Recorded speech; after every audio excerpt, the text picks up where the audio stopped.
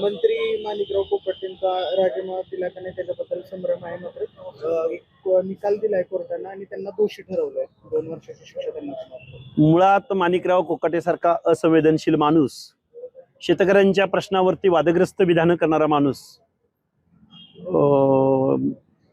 माननीय छगनरावजी भुजबळ यांच्यावरती वादग्रस्त वक्तव्य करणारा माणूस, खऱ्या अर्थानं सार्वजनिक जीवनामध्ये, राजकारणामध्ये, समाजकारणामध्ये शेतकऱ्यांच्या प्रश्नावर काय बोलावं याचा कॉमन सेन्स जर या व्यक्तीला नसेल तर अशी व्यक्ती महाराष्ट्राच्या मंत्रिमंडळात असू नये अशी आम्ही वेळोवेळी भूमिका घेतलेली आहे.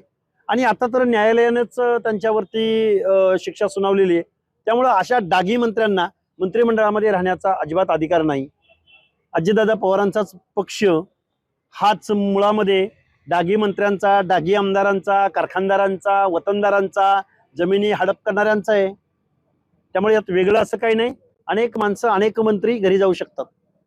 फक्त कोर्टामध्ये केसेस पेंडिंग आहेत, हेअरिंगवर हेअरिंग होतात, पुढे ढकलल्या जातात, म्हणून काही माणसं फक्त कातडी बचाव आहे आता सध्या. अनेक माणसं घरी जाऊ शकतात.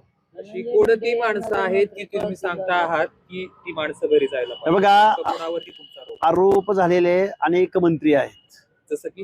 जसं भरपूर सांगता येतील. आज कोकाटे गेलेले, जमिनीच्या अपहाराचे, भ्रष्टाचाराचे आरोप असणारे अनेक माणसं आहेत. मी सांगेन त्याच्यावरती सविस्तर आम्ही बोलणार आहोत.